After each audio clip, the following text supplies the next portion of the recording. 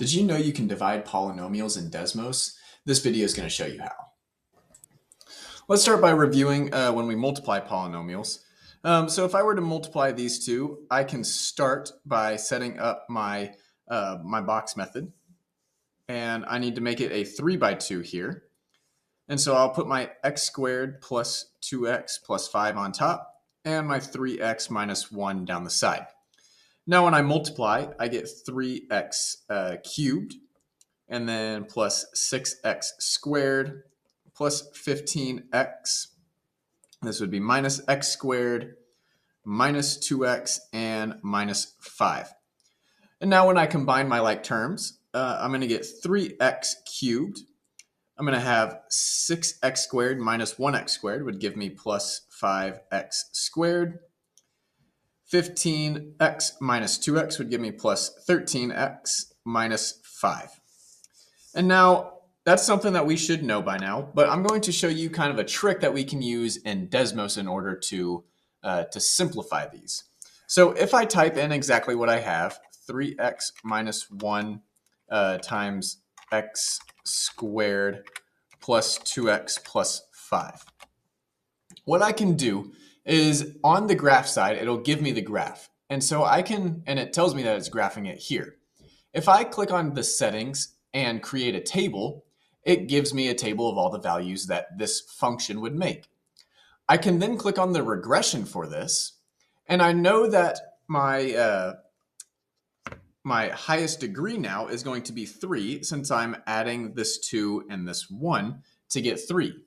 When we have a 3 as the exponent, we call that a cubic. So I'm going to select this linear regression, and I'm going to change that to a cubic.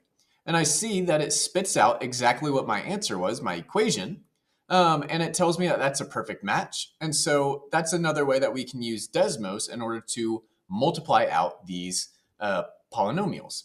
But we can also use this to divide polynomials. So let's use that same concept and start dividing polynomials now. So what we have here is I have the answer of our last problem divided by the 3x minus 1 again. So we should end up with that original quadratic. So let's go ahead and type this in. So I've got, as a fraction, I'm going to do 3x cubed plus 5x squared plus 13x minus 5. And I'm going to divide that by 3x minus 1. And I see on the graph that it gives us this nice parabola. And so what I can do is it's making a graph of this. And so I'll click on the gear again and create a table. When I create the table, I once again get this add regression button. So I'll go ahead and click on that. The default is it's going to come up with a linear regression. So we need to know what kind of function that we're going to be working with. So I've got this 3, and the exponent here, the degree of this is 1. So I need to subtract them. So 3 minus 1 is going to give me 2, which is our quadratic function. So if I change this to a quadratic, I end up with that same equation. So the answer to this is going to be x squared plus 2x plus 5, which is the same thing that we were getting on the last example. Let's do one more example.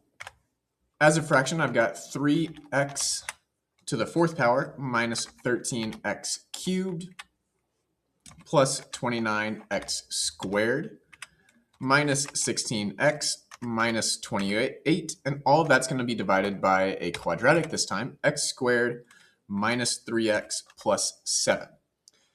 And so again, I'm thinking, I've got the 4th power divided by a 2nd power. Remember our exponent rules. If we're dividing, we need to subtract those exponents. So 4 minus 2 should give us a quadratic, which it does here. And so I'll click on the gear and create a table. And click on the regression. I want a quadratic regression. And it gives me a perfect match. So my answer to this is going to be 3x squared minus 4x minus 4. Sometimes when we divide, we'll have what we call remainders. And you may remember this from like elementary school. If I were to divide 124 by 5, I'd have 5 and 124.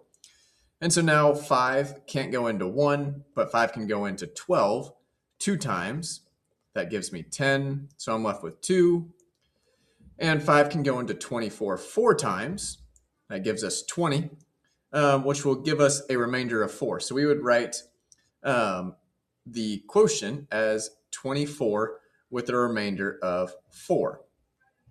And let me go ahead and pull up Desmos, and I'll show you what this looks like. So if we do 124 divided by 5, I'm going to get 24.8.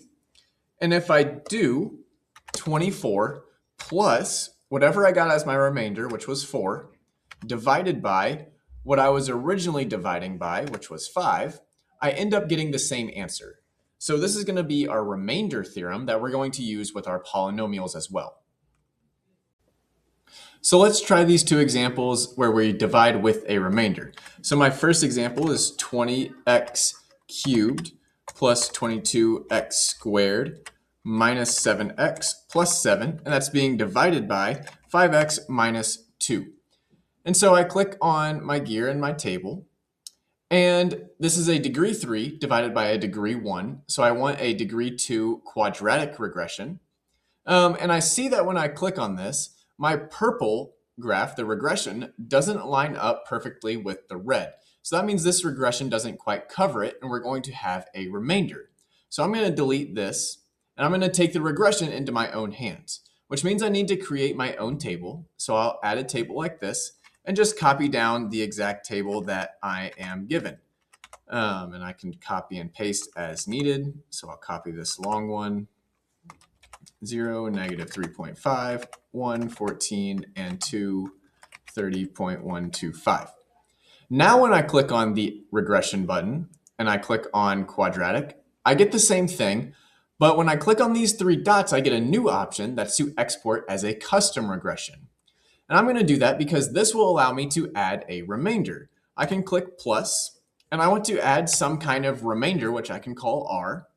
And I know that from my remainder theorem that my remainder will be divided by whatever I was originally dividing by, 5x minus 2 in this case. Right now I get an error, but I see that all of these x's have 1s after it.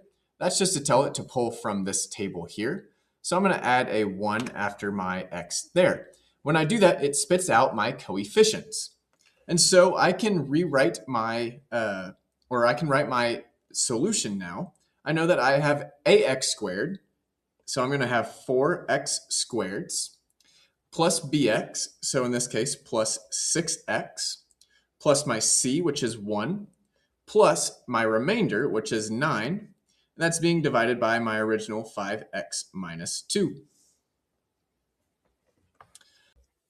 Let's do one more example now. So in this case, let's go ahead and set up our fraction. So I've got 3x raised to the 4th power minus x cubed minus 14x squared minus 5x minus 18. And all of that is being divided by x plus 2. And so let me click on the gear and the table. And when I add a regression, I have a degree 4 divided by a degree 1. That's going to give me a degree 3, which is a cubic function.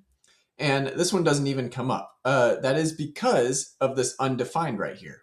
So if I just delete that row, I get the regression, and I can add another row down here to make it a little more accurate. Now I still see that my purple doesn't completely cover my original red graph. So that tells me I need to use my remainder theorem.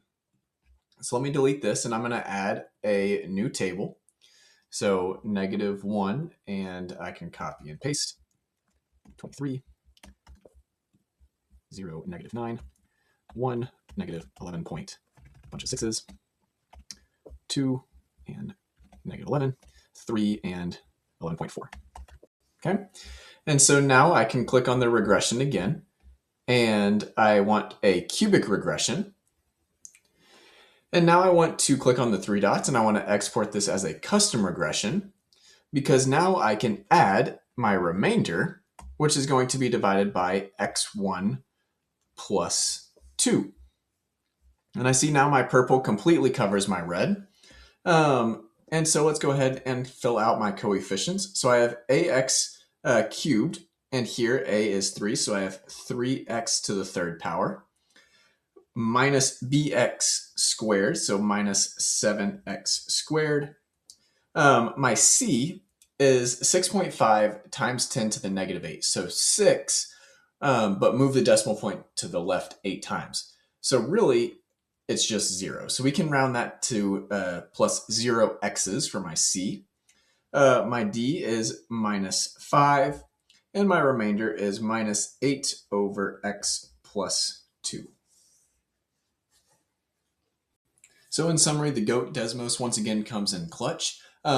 Using Desmos, we can skip all that synthetic division and polynomial long division and just divide polynomials using Desmos. I hope you found this video helpful. Thanks for watching, and have fun dividing polynomials.